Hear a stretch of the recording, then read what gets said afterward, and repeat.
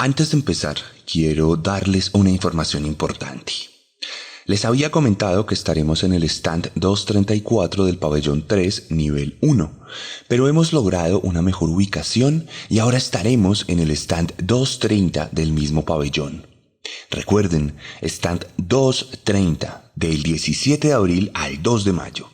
El stand de Serialmente es el stand con mayor oferta de true crime, novela negra y thriller en toda la feria del libro. Allí encontrarán cerca de 100 títulos diferentes, todos relacionados al crimen de ficción y no ficción. Tendremos muchas promociones para ustedes y además tendremos una agenda cultural, algo completamente atípico para cualquier stand de la feria del libro. Allí tendremos la presentación de un par de autores, contaremos con sesiones de terror y estamos gestionando la presentación y relanzamiento de un libro que sé que les gusta mucho y que el año pasado se nos agotó. Vamos a tener una presentación en vivo de un podcast amigo llamado Relatos Ñeros e incluso vamos a grabar ahí mismo un capítulo de mi podcast, Serialmente. Estén muy atentos a mis redes sociales, pues allí publicaremos la programación completa esta semana, así como un adelanto de algunos de los libros que tendremos disponibles. Esta es una gran apuesta para nosotros. Acompáñennos, por favor, visítennos en la Feria del Libro del 17 de abril al 2 de mayo en Corferias.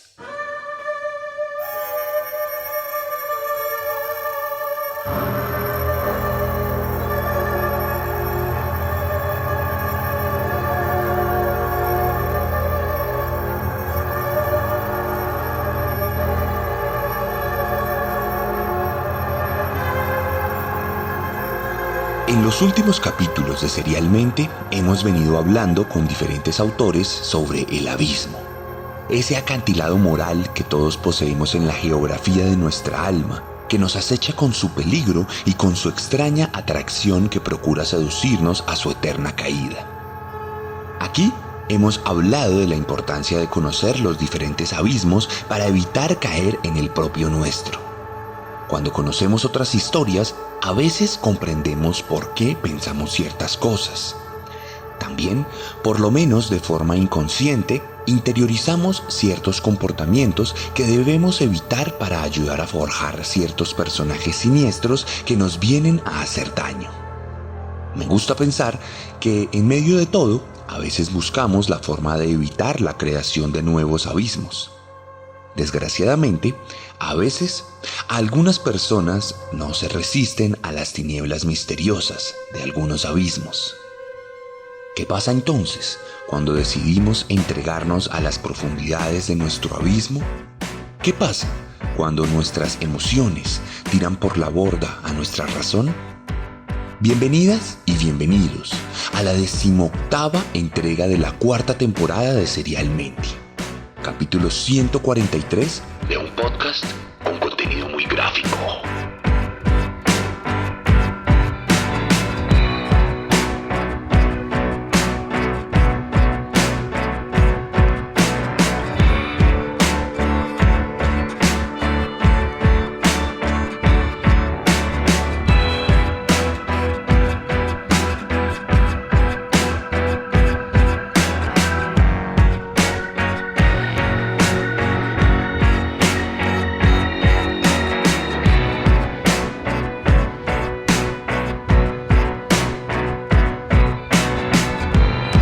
Y hoy nos trasladamos al país Inca.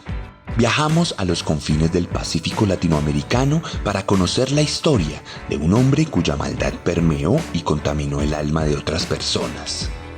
Hoy hablaremos de un asesino serial tristemente común y corriente, que terminó con un final extraordinario. Hoy les contaremos la historia de Ángel Díaz Balbín, el descuartizador de Lima.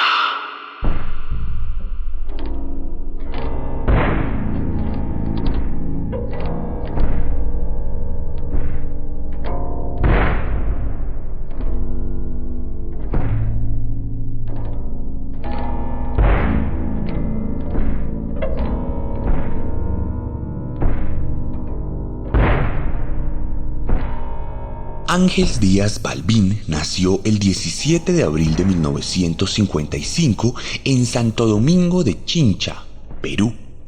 Hijo de Ángel Díaz Vergara y Amelia Balbín Calvet, desde el principio estuvo condenado a la desidia de sus padres, al abandono económico, pero en especial al abandono afectivo, pues ellos nunca se sintieron conectados con él, por lo que prescindieron de cualquier tipo de cuidado o de guianza que le permitiera construir sus bases éticas, así como la inserción exitosa a un comportamiento colectivo adecuado. Por esta razón, es probable que el joven nunca haya entendido la importancia conductual del colegio, no solo como un espacio de aprendizaje académico, sino también como un lugar donde los jóvenes aprenden a socializar. Es por esto por lo que, siendo apenas un niño, decidió dejar de estudiar y abandonó por completo la escuela, lo que no le causó ningún tipo de interés a sus padres, quienes solo se preocuparon de que no estuviera mucho tiempo en casa incomodándoles, por lo que comenzó a deambular por las calles, a buscarle males a su vida y a encontrar formas de entretenerse sin ningún tipo de control. En ese contexto, se cree que sufrió un accidente en el que sufrió un tremendo golpe en la cabeza que lo dejó inconsciente por algunas horas y que, según algunas especulaciones médicas posteriores, probablemente contribuyó a desarrollar su psicopatía, pues se dice que sufrió una lesión severa en su lóbulo frontal, que es la parte del cerebro donde procesamos nuestros impulsos, por lo que es la responsable de mantener nuestro comportamiento dentro de los niveles de la cordura. Estas afirmaciones, de cualquier manera, serían refrendadas en la realidad, pues desde ese momento, y siendo un adolescente, Balbín comenzaría a comportarse de forma violenta. Tendría varios altercados en las calles, empeoraría aún más su relación con su familia y se volvería particularmente irascible. Sin duda, el destino de su vida ya había sido determinado sin que él mismo lo supiera.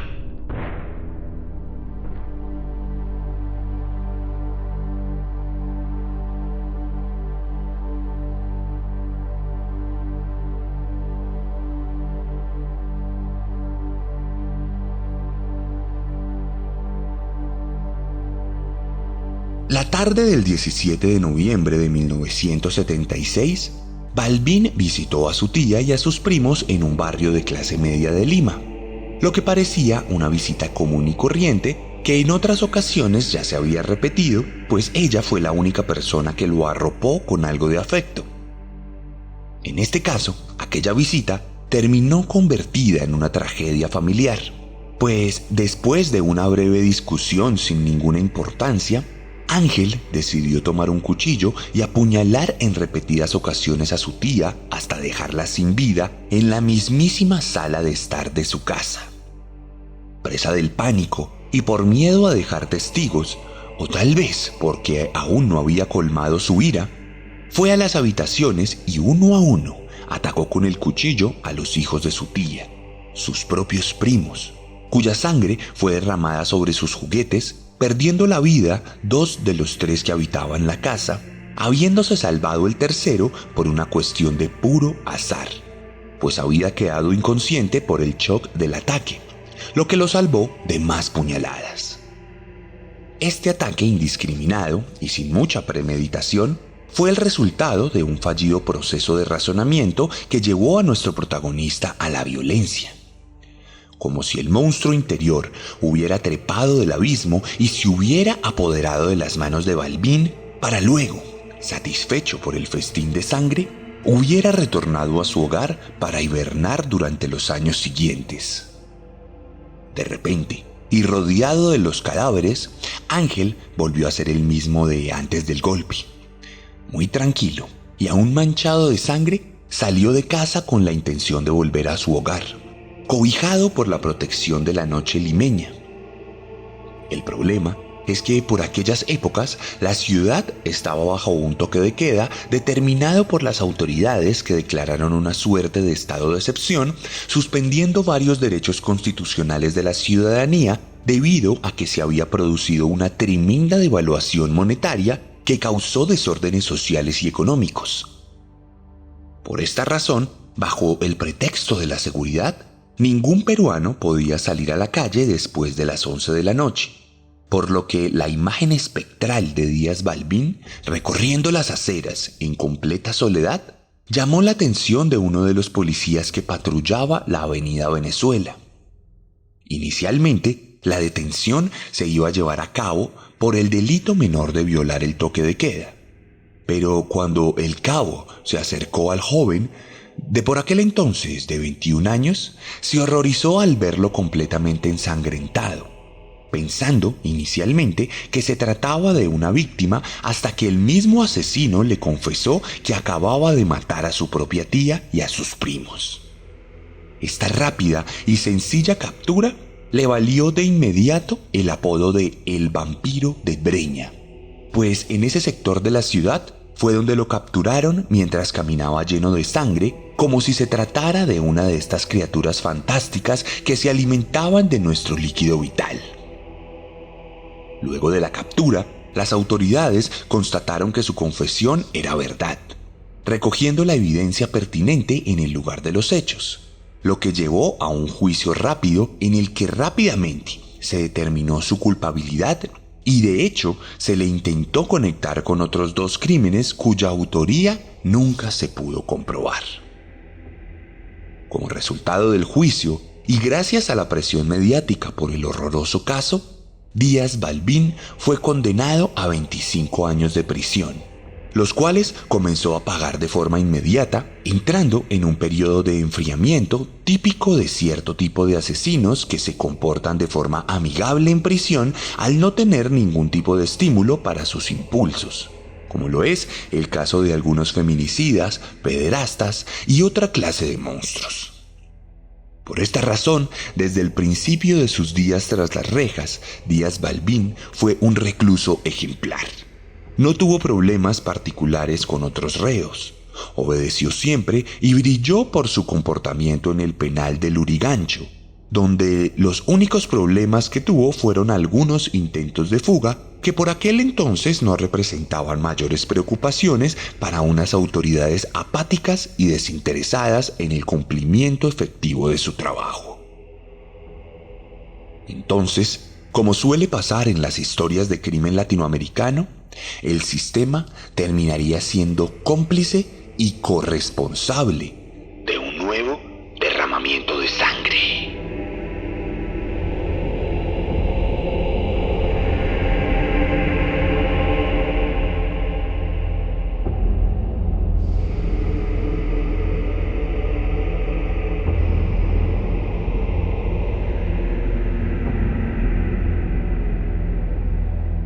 Era el 5 de diciembre de 1985 y de los 25 años de condena que había recibido Ángel, apenas había cumplido 9. Un tiempo que sus captores consideraron suficiente para determinarlo como reformado y que atrás habían quedado los días del vampiro, pues era un hombre que había demostrado ser una persona de bien que se comportaba de forma correcta. Por eso se decidió que recibiría la libertad condicional, un modelo en el que supuestamente tendría que presentarse para demostrar su proceso, al tiempo que era vigilado regularmente por agentes de la ley que, como ya podemos imaginar, no solían hacer su trabajo a conciencia. Pero hoy ya sabemos cómo funciona la mente de muchos psicópatas. Sabemos que muchos tras las rejas entran en un periodo de enfriamiento que los convierte provisionalmente en otras personas. Muchos de ellos han confesado que el monstruo no se va, que sigue ahí, que convive pacientemente en cautiverio, pero que manifiesta expresamente su deseo de tomar las riendas. Sabemos que hay casos perdidos en los que la reformación no es una posibilidad real. Por eso, no es casualidad que esa misma noche en que salió en libertad Ángel Díaz Balbín, una trabajadora sexual desapareciera misteriosamente sin dejar rastro, sin que nadie diera indicaciones sobre su último cliente que se la llevó al abismo.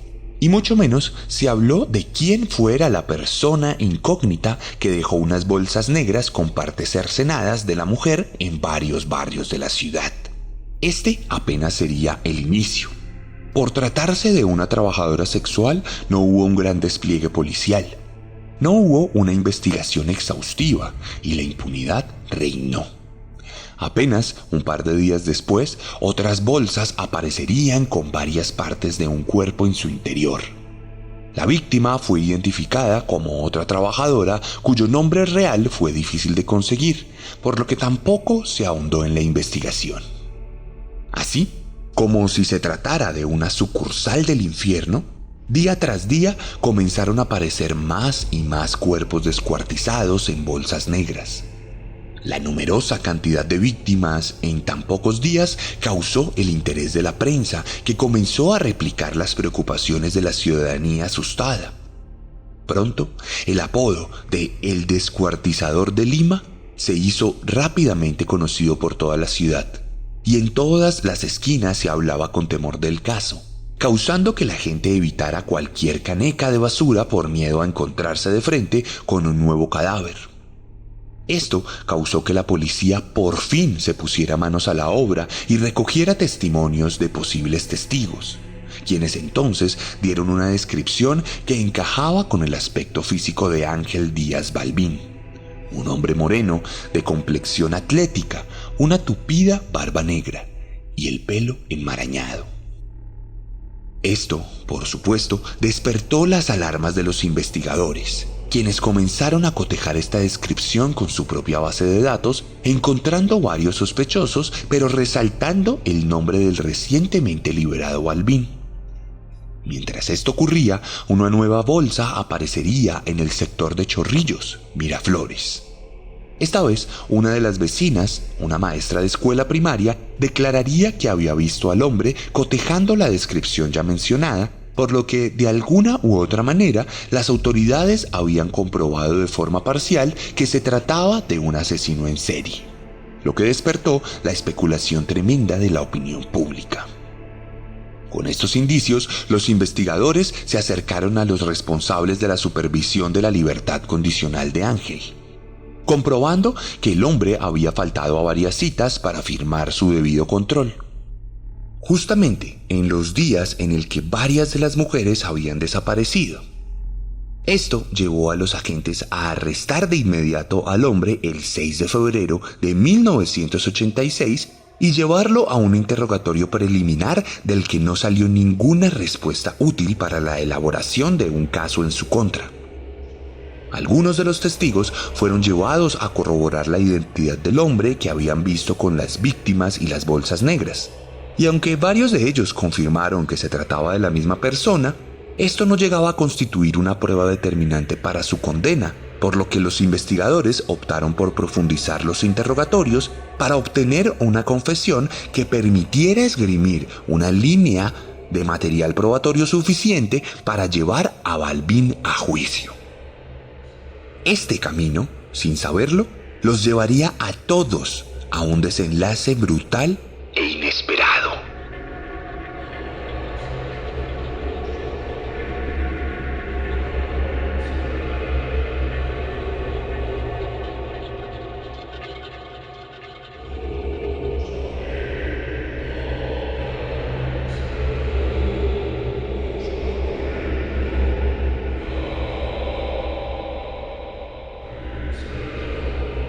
Sintiéndose incapaces de sacarle la confesión al presunto asesino, los investigadores optaron por pedir ayuda a un psicólogo especializado. Se trataba de Mario Poggi, un profesional que había dictado varios cursos de psicología criminal a los agentes de la academia en años pasados. Poggi aceptó el reto, consciente de que se trataba de un trabajo con suma presión. Pues, en primer lugar, era un caso que tenía los ojos de todos los medios de comunicación encima. Y en segundo lugar, porque el pago estaba condicionado a que el asesino confesara expresamente su autoría en los hechos. Todo esto condicionó desde un principio el proceso de interrogatorio, por lo que las conversaciones entre Balbín y Poggi se tornaron siempre muy tensas y violentas. Pues mientras el psicólogo insultaba al reo, le quitaba la comida y le provocaba mostrándole fotos de cuerpos descuartizados, El recluso respondía con ironía y cinismo, llegando a elogiar el trabajo de quien provocaba tales descuartizamientos. Lo curioso es que más adelante se descubriría que Poggi no tenía ningún título profesional, ya que no había terminado ninguno de sus estudios realizados en Perú y en Europa, por lo que a todas luces no era la persona ideal para el caso. Así pasarían un par de días y Balbín se mostraba completamente impenetrable. No había dado absolutamente ningún indicio de confesión. Y la presión terrible se cernía sobre Poggi, quien recibiría un ultimátum de las autoridades apenas 3 días después de su contratación. Para librarse de esta presión y asegurarse un dinero extra, en un acto de extrema falta de ética, Poggi acudió a una revista para vender la información del caso y organizar una sesión de fotos que inmortalizarían el caso en la cultura popular peruana. Allí, por demás, se pudo apreciar a un Poggi completamente abstraído de la realidad e inmerso en su relación con el asesino, al cual trataba con violencia y amenazas, violando todo tipo de protocolo. Entonces, el 9 de febrero, apenas unos días después de su captura, Ángel Díaz Balbín recibió una nueva visita de Mario Poggi, quien iba vestido de forma estrafalaria y llamativa. El psicólogo le pidió a los guardias de seguridad que le trajeran al reo esposado con las manos atrás de su torso, y una vez lo dejaron en la sala de interrogatorios de la prisión, les pidió que se fueran del lugar, pues necesitaba privacidad para adelantar la nueva sesión. Entonces, en su completa soledad, Poggi desnudó al psicópata y luego se desnudó a él mismo. El psicólogo le indicó al recluso que le mostrara cómo se excitaba y cómo abusaba de sus víctimas, algo que no había sido plenamente comprobado en el caso, pero de lo que se habían mostrado algunos indicios. Balbín, desconcertado, no respondió de ninguna manera efectiva y se negó a tener cualquier tipo de interacción. Entonces, Poggi, desesperado, tomó la correa de su pantalón y se la puso alrededor del cuello al presunto homicida. Acto seguido, tiró al hombre boca abajo, le puso una pierna encima de la nuca y aló de la correa con todas sus fuerzas mientras le gritaba que era un asesino y lo maldecía. Tras unos prolongados segundos, Ángel Díaz Balbín dejaba de respirar para siempre, y Mario Poggi, expuesto al abismo de un psicópata despiadado, se convertiría también en un asesino.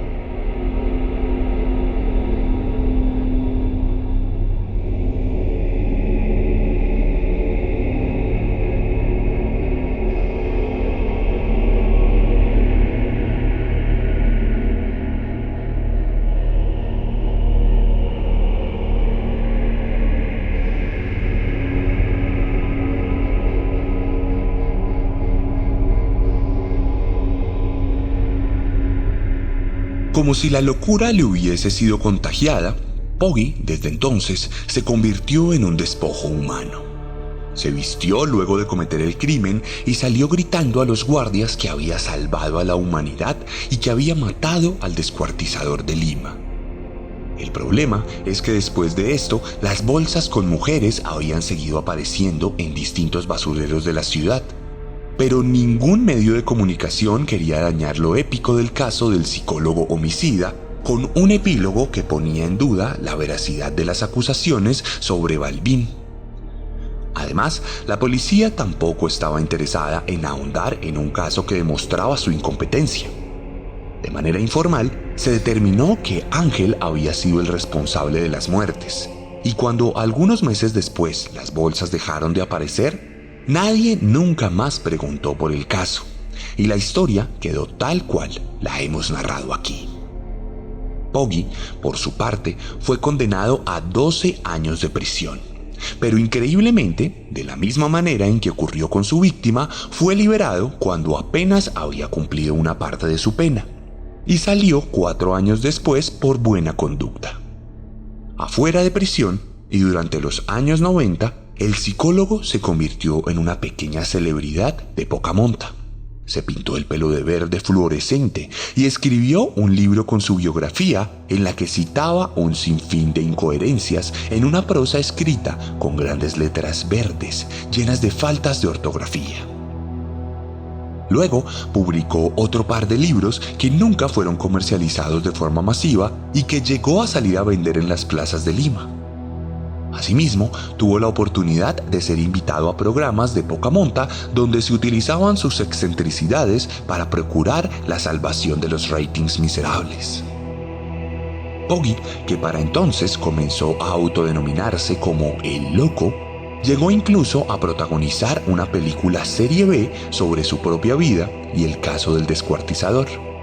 Un film de tintes ridículamente eróticos donde llegó a actuar la mismísima Tigresa del Oriente antes de que se volviera viral en internet por cuenta de su canción sobre aquel país ficticio y criminal. Así, en medio del delirio, la ridiculez y la miseria de todo tipo, Poggi terminaría muriendo en 2016 a los 73 años. El abismo de Ángel Díaz Balbín ocasionó que su psicólogo no soportara las muestras de maldad y cayera también en las fauces implacables de su propia oscuridad. Tal parece que en algunas ocasiones puntuales, la locura sí es contagiosa.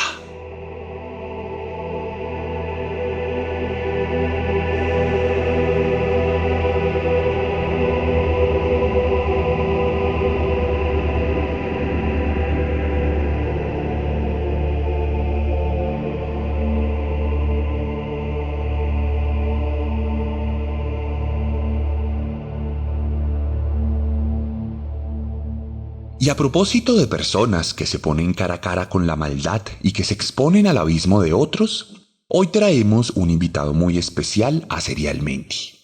Un hombre que estuvo de frente al peor asesino serial de la historia y que, a diferencia de Poggi, supo controlar las emociones tremendamente fuertes que esto le causó. Kevin Pinzón es periodista de investigación y a través de testigo directo tuvo la oportunidad de entrevistarse con Luis Alfredo Garavito en más de una ocasión, además de mantener conversaciones constantes con él por vía telefónica, ganándose su confianza y conociendo el lado oscuro de la bestia. Además, Kevin también se entrevistó con Manuel Octavio Bermúdez, el monstruo de Cañaduzales.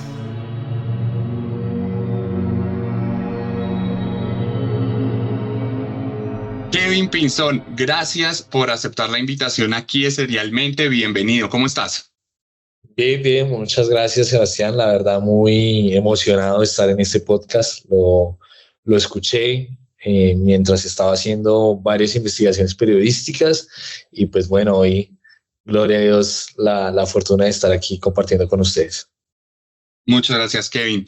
Kevin, hoy en Serialmente conocimos la historia de un asesino que terminó muriendo a manos de su psicólogo, una persona que se enfrentó cara a cara con la maldad y no pudo tolerarlo y terminó cayendo frente a esa maldad. Yo llevo haciendo más de 150 capítulos, 140 capítulos de Serialmente, pero nunca he tenido la posibilidad de encontrarme frente a frente con la maldad, como muchas personas lo han hecho y en este caso como tú lo has hecho. Cuéntanos para ti esa primera impresión, esa primera sensación, ¿cómo fue enfrentarte cara a cara a la maldad? Para los que no saben, Kevin tuvo la oportunidad de entrevistar a Garavito y estuvo en varias ocasiones frente a frente con él, tuvo conversaciones telefónicas, tuvo conversaciones cara a cara allí en la cárcel de la Tramacúa. Cuéntanos para ti cómo fue enfrentarte a la maldad. Garavito es tal vez una de las personas con más maldad en la historia de Colombia y eso ya es mucho decir. ¿Cómo fue para ti encontrarte con esa personificación del mal? Bueno, pues fue algo muy impactante las primeras veces porque lo más curioso de estos tipos tan malos es que uno no llega y se enfrenta con un tipo el cual sea agresivo, sea con una mirada muy mala, sino al contrario. Uno entra en un choque ético porque incluso una anécdota y algo que de pronto me pareció, me impactó en su momento, es que Garavito siempre que se presentaba por primera vez con alguien le decía, mucho gusto, Luis Alfredo Garavito, no sé qué, si ve que yo no tengo cachos y cola, decía él. Entonces, era muy impresionante. La primera vez que lo vi y me dijo esa frase, si ve que yo no tengo cachos y cola, yo no soy el diablo, pues la verdad uno entra como un poco prevenido, esperando lo peor, pero no, entra y ve un tipo ya reducido, muy inteligente, muy elocuente, y hasta ahí todo va muy bien.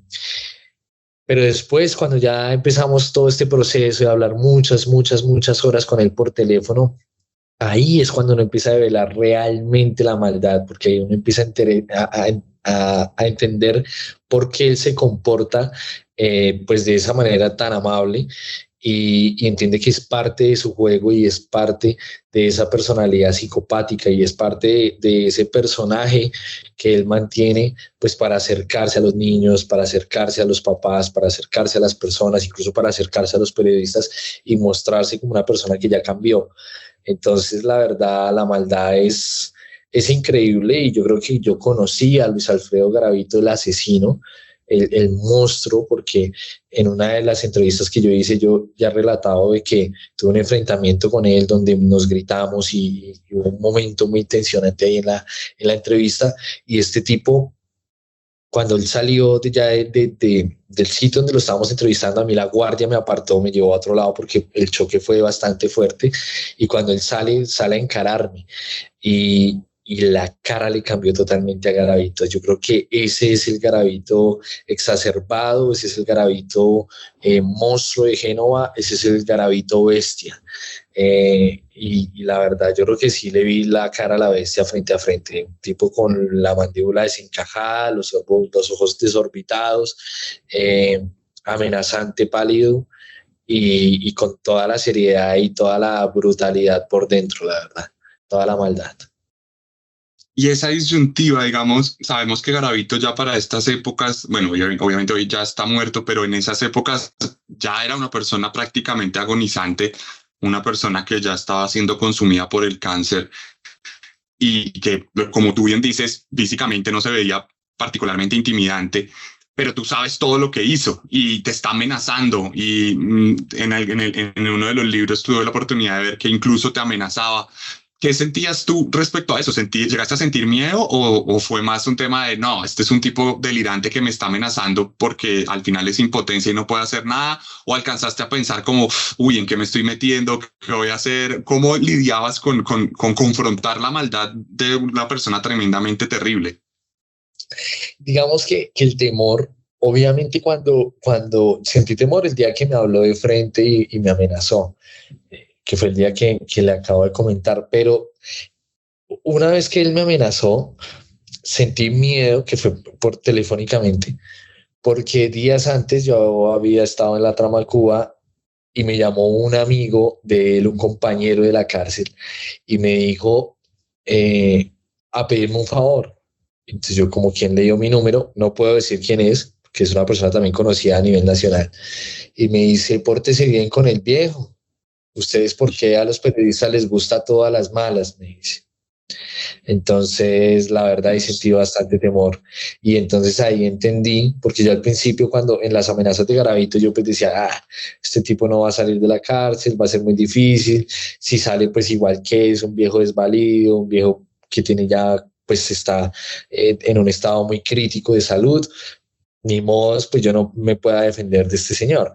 Pero cuando ya después de las llamadas que recibí de la otra parte, yo dije, no, este tipo realmente no está solo, este tipo realmente tuvo la habilidad de hasta los más sangrientos narcos, paramilitares, guerrilleros, jefes de organizaciones delincuenciales gigantes. Tuvo la habilidad para convencerlos y para hacer un vínculo con varios de ellos. No todos, pero sí varios. Entonces,